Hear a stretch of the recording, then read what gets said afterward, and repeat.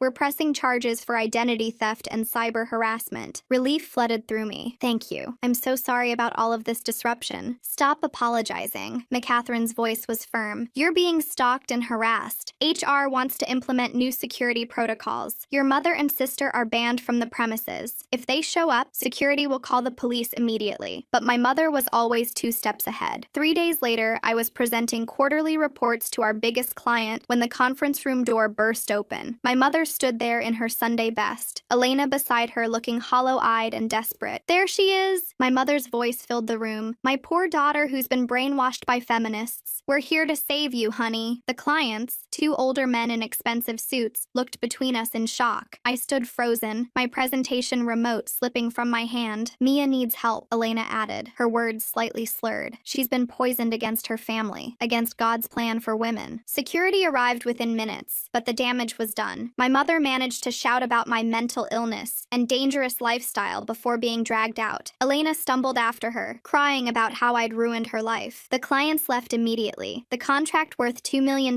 walked out with them. McCatherine found me in the bathroom 20 minutes later, dry heaving into the toilet. The clients called. They're pulling the account. Said they can't work with a company that has security issues. I wanted to scream, to rage, to drive to my mother's house and shake her until she understood what she'd done. Instead, I sat on the bathroom floor and felt everything crumbling around me. Take the rest of the week off, McCatherine said gently. We'll figure this out. But there was nothing to figure out. My mother had cost the company a major client. No matter how understanding McCatherine tried to be, I knew my career there was over. James picked me up, his face grim. Ashley called. The restraining order was approved. Your mother and Elena can't come within 500 feet of you, your home, or workplace. Small comfort when my workplace might not want me anymore. The restraining order just made my mother more creative. She couldn't approach me directly, so she went after everyone around me. James's elderly landlord, Mrs. Richardson, called him the next day. Your mother is very worried about you, she told me when I answered James's phone. She says you're in danger. That nice woman explained how that man is controlling you, keeping you from your family. Mrs. Richardson, she's lying. We have a restraining order against her because she attacked us. Oh dear. The elderly woman sounded confused, but she seemed so concerned. She even showed me pictures of you as a little girl. Said she just wants her baby back. James spent an hour on the phone with Mrs. Richardson, explaining the situation, but the seed of doubt was planted. Every time we saw her in the hallway, she watched us with worried eyes. Then came the honeymoon disaster. We'd scaled back our plans drastically. No tropical vacation, just a quiet weekend at a cabin 2 hours north. We needed the peace, the chance to just breathe without looking over our shoulders. We'd been there exactly one night when the police showed up. We received a report of a kidnapping, the officer said, hand resting on his weapon. A woman named Mia being held against her will. I stood there in my pajamas, wedding ring glinting in the porch light. I'm Mia. This is my husband. We're on our honeymoon. Ma'am, we need to verify that you're here voluntarily. Can we speak to you privately? They separated us, asking me the same questions over and over. Was I being threatened? Did I need help? Was I afraid? Meanwhile, James sat in the police car while they ran his background check. My mother filed a false report, I explained for the 5th time. We have a restraining order. She's trying to ruin our honeymoon. The officers finally believed me after I showed them the court documents on my phone, but the damage was done. We spent our honeymoon night giving statements instead of celebrating our marriage. I can't do this anymore. I sobbed into James's chest when the police finally left. She's never going to stop. Never. Yes, she will, James said firmly. We're going to make her stop. But how do you stop someone who believes they're saving you? The social media campaign started the following week. Elena, suddenly very active online despite despite barely using social media before, began posting constantly. Pictures of Brandon, Derek's brother, with captions about real men who know how to lead. Posts about the dangers of feminism. Prayer requests for her lost sister trapped in a toxic relationship. My phone buzzed with notifications from concerned acquaintances. Former classmates asking if I was okay. Distant relatives offering to pray for my soul. Each message felt like another cut. Then Brandon started showing up places. First at the coffee shop where James and I had our morning ritual. He just happened to be there, reading a newspaper and watching us over the top of it. Then at the grocery store, always one aisle over. At the park where we walked on Sundays. He's not technically violating the restraining order, Ashley explained when we called her. He's not approaching you or making contact. We can document it, but unless he escalates. Living under surveillance was exhausting. We started varying our routines, taking different routes, shopping at different stores. But Brandon always found us. My mother might have been restrained by the court order, but she'd found her proxy. The breaking point came when I discovered the extent of my mother's sabotage. I was cleaning out my old email account, the one my mother had used to send those job applications, when I found the sent folder. Hundreds of emails, resignation letters to my employer, inflammatory messages to professional contacts, emails to my college professors claiming I'd cheated on exams. She's been doing this for weeks, I told James, scrolling through message after message, maybe months. Look, she emailed my internship supervisor from 3 years ago saying I stole from the company. My professional reputation, carefully built over years, systematically destroyed by my own mother. Ashley helped us document everything for the criminal case.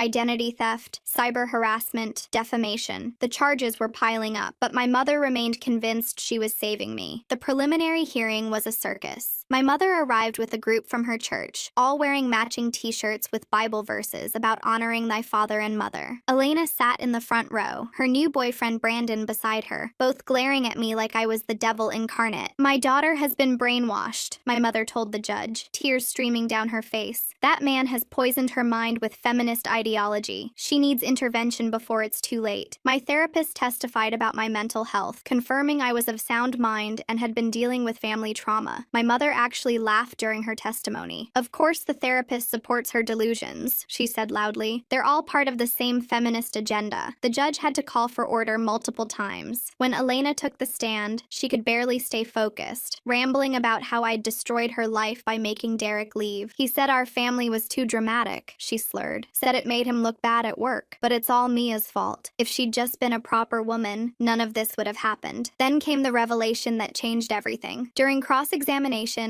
Ashley asked Elena about Derek leaving. When exactly did Derek say your family was too dramatic? After Mom called his work, Elena hiccuped. She wanted to tell his boss what a good wife I was, but they said she was crazy and she trailed off, realizing what she'd just admitted. My mother had sabotaged Elena's relationship just like she was sabotaging mine. The difference was Elena's abuser had left while James had stayed. How many times did your mother call Derek's workplace? Ashley pressed. I don't know. A lot. She said she was helping, showing them what a devoted girlfriend I was, but Derek got fired and Elena started crying. He left because of her, not Mia, because of Mom. The courtroom erupted, my mother screaming that Elena was confused, the church group praying loudly, Brandon trying to comfort Elena while she pushed him away. When order was restored, the judge looked exhausted. I've seen enough. The restraining order is extended for 2 years. Criminal charges will proceed. And ma'am, he looked directly at my mother, I strongly suggest you seek professional help. I don't need help, my mother screamed as court officers moved to escort her out. My daughters need help. They're both possessed by feminist demons. Elena didn't leave with them. She sat in the courtroom after everyone filed out, staring at her hands. I approached cautiously, James beside me. He hit me because he was stressed about work, she said quietly. And Mom kept calling, making it worse. She got him fired, Mia. She destroyed my life too. It's not too late, I said gently. You can get help. Start over. Elena looked at me with hollow eyes. I don't know how to be anything else. She trained us our whole lives. I don't know how to not be this. We got Elena into therapy that week, the same therapist who'd been helping me work through our childhood trauma. It was a start, but I knew the road ahead would be long. My mother, meanwhile, escalated one final time. I came home from a job interview. McCatherine had given me a glowing reference despite everything, to find our apartment door slightly open. James was still at work. My heart pounded as I pushed the door wider. The destruction was methodical. Every piece of professional clothing I owned was shredded and scattered across the bedroom. Business suits cut to ribbons. blouses torn apart. Each piece had a Bible verse attached about women's submission and obedience. But it was the message written in lipstick on the mirror that broke me. I brought you into this world. I can take you out of it. Security footage showed my mother using Elena's key, the spare key I'd forgotten she had. She'd spent 2 hours methodically destroying everything that represented my professional life. This is evidence, the detective said, photographing everything. With the death threat and breaking and entering, she's looking at real jail time. But I didn't feel victorious. I sat among the ruins of my wardrobe, holding a piece of what used to be my favorite interview suit, and just felt tired. James found me there an hour later. He didn't say anything, just sat beside me and held me while I cried. His sisters arrived soon after, Ashley with legal documents, Victoria with tea and cookies, the third sister, Jenny, with bags of clothes from her own closet. "We're your family now," O'Catherine said firmly, James's mother having arrived with homemade soup. "That woman gave birth to you, but she's not your mother. Not anymore." The trial was set for 3 months later. My mother was released on bail with strict conditions. No contact, no coming within 1,000 feet, no internet access. But I knew it wasn't over. It would never really be over. Elena moved in with us temporarily while she got back on her feet. She was trying, going to therapy twice a week, getting sober. Some days were better than others. Some days she'd rage about how I'd ruined everything. Other days she'd cry and apologize for helping our mother hurt me. "I see it now," she told me one evening, both of us curled up on the couch with tea. "The training, the control, it wasn't love. It was never love." "No," I agreed, "it wasn't." My career slowly recovered. A smaller firm hired me. Understanding about the situation after McCatherine's reference explained everything. It wasn't the promotion I'd worked for, but it was a fresh start. James and I found a new apartment in a security building with cameras and a doorman. We changed our phone numbers, abandoned social media, created new routines. We built a fortress around our life, protecting the peace we'd fought so hard to find. But sometimes, late at night, I'd wake up thinking I heard pounding on the door. Sometimes I'd see a woman who looked like my mother at the store and have to leave my cart behind. The trauma lingered, even as we tried to move forward. "She trained us to be victims," Elena said during one of her clearer moments. "And when you refused, she couldn't handle it." As the trial date approached, I prepared myself for one final confrontation, one last battle before I could truly be free. My mother had tried to break me, control me, destroy everything I'd built, but I was still standing, bruised, exhausted, but standing, and I was ready to fight one last time. The trial date arrived faster than expected. 3 months of preparation, therapy sessions, and sleepless nights all led to this moment. I wore one of Jenny's suits, navy blue, professional, nothing like the shredded remains my mother had left behind. Elena sat with us on the prosecution side, her hands folded tightly in her lap. She'd gained weight in therapy, looked healthier, but her eyes still darted nervously toward the defense table where our mother would sit. The courtroom filled quickly. My mother's church group occupied several rows, their matching prayer shawls creating a sea of beige. Brandon sat among them, still wearing that unsettling smile whenever he caught my eye. My mother entered with her lawyer, dressed conservatively in black. She'd lost weight, her face gaunt and hollow. When she saw Elena sitting with me, her expression twisted into something ugly. The prosecutor, a no-nonsense woman named Johnny, laid out the case methodically. The Christmas assault, the workplace harassment, the false reports, the break-in and property destruction. Each charge supported by documentation, security footage, witness testimony. McCatherine testified about the lost client, the constant disruptions, the damage to company operations. She kept her testimony factual, professional, but I could see the frustration in her eyes when she described the $2 million